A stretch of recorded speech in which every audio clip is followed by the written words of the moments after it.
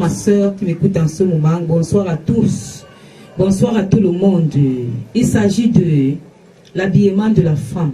L'habillement en général, mais plus particulièrement de la femme. Pourquoi parlons-nous d'habillement en ce moment?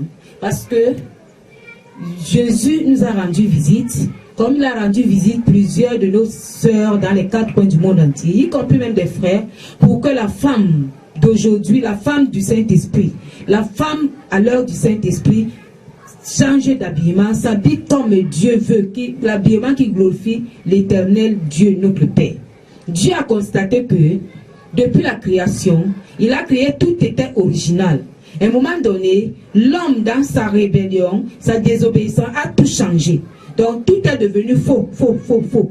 Faux cheveux, faux ongles, faux cils, faux, jusqu'à ce que l'homme ait arrivé à mettre des peintures sur sa peau. Alors, cela a poussé Dieu à se mettre en colère contre l'humanité, particulièrement contre les femmes. Aujourd'hui, tout ce que Dieu a donné la grâce d'aller en enfer et au ciel, Dieu les a parlé, convaincus, montré des femmes, plusieurs, qui se trouvent en enfer à cause de l'habillement, à cause de la manière dont ils ont traité leur corps, pour mettre les peintures et tout ce que cela comporte, les rouges à lèvres, les ongles et tout. Mes sœurs, nous étions aussi comme vous. On était au-delà de vous. On portait les mèches qui balayaient le sol. On portait des peintures partout sur nous. Mais Jésus a insisté à nous dire, nous demander de nous détacher de tout cela. Et en vérité, quand nous rentrons il y a de cela 50 ans pour ceux-là qui ont eu la grâce de vivre ces années-là, naître à cette période-là, nous avons écouté nos parents parler, 40 ans, 30 ans, nos parents parlaient, on a vu les parents, les grands-parents, les grands-mères qui étaient naturelles et elles étaient très belles dans leur image. Elles ne mettaient pas des peaux, elles ne mettaient pas des peintures ni des rouges à lèvres, quoi que ce soit, les fausses. Tout ce qui était faux, elles ne mettaient pas. Elles étaient bien naturelles, la manière dont Dieu les a créées. Quand nous regardons véritablement ce qui s'est passé, nous femmes, nous pouvons être convaincus du fait que beaucoup de produits nous ont gâtés, ont détruit notre beauté naturelle. Quand on ne mettait pas de produits là, il y avait beaucoup de femmes, presque la majorité des femmes ont perdu la beauté de leurs cheveux naturels. Il y avait également des ongles, la même chose. Il y avait également le teint.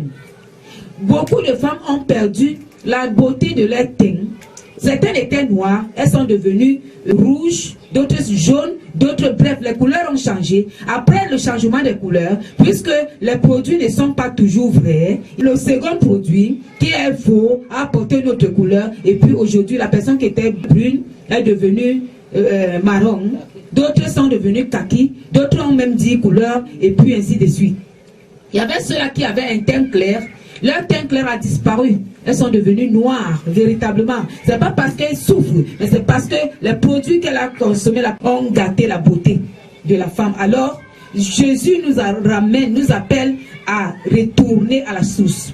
Jésus appelle toutes les femmes dans le monde entier, que tu sois blanc, rouge, que nous rentrons à la source. De la manière dont nous allons nous revêtir. Quand nous regardons des choses qui se passent aujourd'hui, ce n'est pas tout ce que nous voyons qui est permis pour nous, qui est nécessaire pour nous, qui est bien, qui est pour notre bien.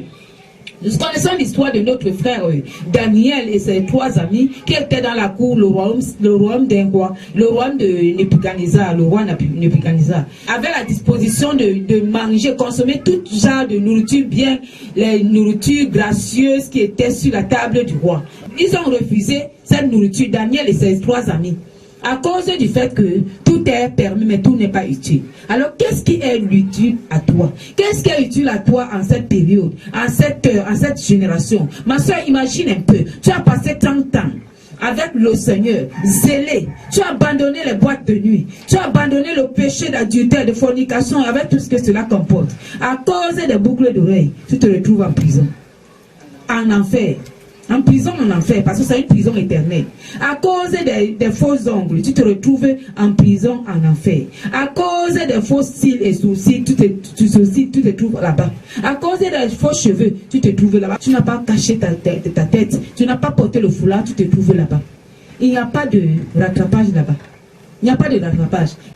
Alors, Gamaliel a trouvé que, au lieu de combattre ou parler en bas ou en bien à ces hommes-là que Dieu avait suscités pour continuer son évangile au travers de Jésus-Christ, il a dit, il se tient en prudence, il se met en garde.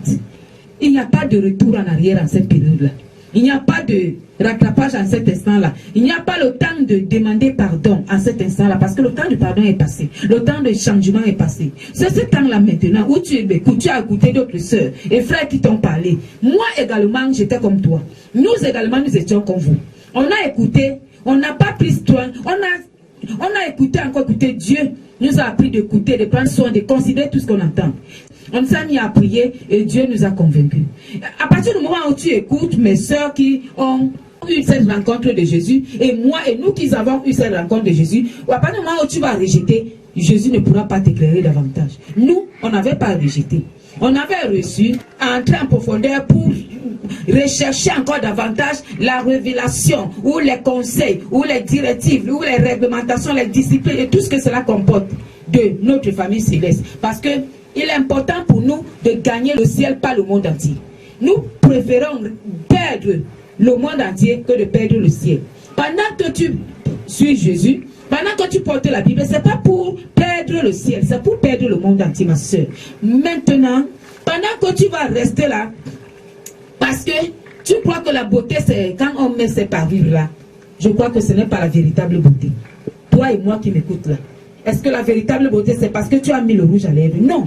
Une véritable beauté, ce qu'on appelle original, c'est ce qui est original, qui n'a pas de complément, qui n'a pas de greffe, qu'on n'a rien greffé, qu'on n'a rien mélangé. Le mélange, quand on voit déjà le mélange ne confirme pas l'originalité. L'originalité est ce qui est réellement original. C'est-à-dire quoi? La manière dont Dieu t'a créé, simple, beauté naturelle. Alors, c'est pas pour dire que ne t'embellis pas pour garder le corps propre, non. C'est pas pour dire que ne gardez pas les cheveux propres, non. Mais mets-toi dans la propreté, avec tout ce qui est nécessaire dans la propreté, sans ajouter la correction à Dieu. Pour dire que je te corrige, tu as mal mis ici. Moi, je mets de ma manière. Je te corrige, comme tu m'as pas fait les lèvres rouges, moi je mets rouge. Ou bien je mets vert. Je fais faire de mon corps ce que je veux. La Bible nous dit que notre corps ne nous appartient pas. La Bible nous dit encore que notre corps est le temple du Saint-Esprit. Il dit le corps. Cela veut dire même le corps si est le temple. Et que le cœur soit le temple, le corps également est le temple. Alors, cette parole est importante pour toi et pour moi, pour nous. Cette parole, ma soeur, je te dis une vérité. Nous te disons une vérité. Ce que tu as entendu dire au travers des autres sœurs, c'est une vérité. Si tu ne te repens pas, tu te souviendras de ce que nous sommes en train de te dire aujourd'hui. Tu peux être prophétesse, tu peux être pasteur, docteur, évangéliste, quoi que ce soit, mais pour les boucles d'oreilles seulement, les petits, pas les gros, tu vas aller en enfer. Pour les longs, les faux mèches là, les faux cheveux, tu vas aller. Les faux ongles là, tu vas aller. Pour décapiter ta peau là, tu vas aller là-bas. Moi, je l'ai vécu. Je te redis ce que j'ai vécu. Et d'autres ont vécu. Et il y a d'autres choses que je n'ai pas vécues, mais j'ai reçu parce que j'aime. Tout être humain dans le monde connaît l'amour. C'est-à-dire quoi? Que ce soit l'amour charnel ou l'amour vrai, spirituel, tu connais ce qu'on appelle amour, à sa dimension, à sa nature. La qualité d'amour que tu as choisi. Si tu aimes un homme, tu fais exactement tout ton possible pour plaire à cet homme-là. Nous chantons tous les jours, nous aimons Jésus. Et si nous aimons véritablement Jésus et nos hommes, nous allons nous mettre en prudence, comme Gamaliel disait que je me tiens en prudence, je me mets en prudence. Alors ma soeur, mon frère, toi qui m'écoutes, qui as signé que ta femme va toujours porter les pantalons, Jésus a dit à plusieurs personnes, femmes, même les hommes, que les femmes ne doivent pas s'habiller comme les hommes. Ne doivent pas mettre les pantalons, les femmes. Ne doivent pas mettre les pantalons. Les femmes ne doivent pas mettre les faux cheveux. Les femmes ne doivent pas mettre les rouges à lèvres, les maquillages là. Il y a beaucoup de choses dans tout ce que nous voyons là. Tout ce qui brille n'est pas or.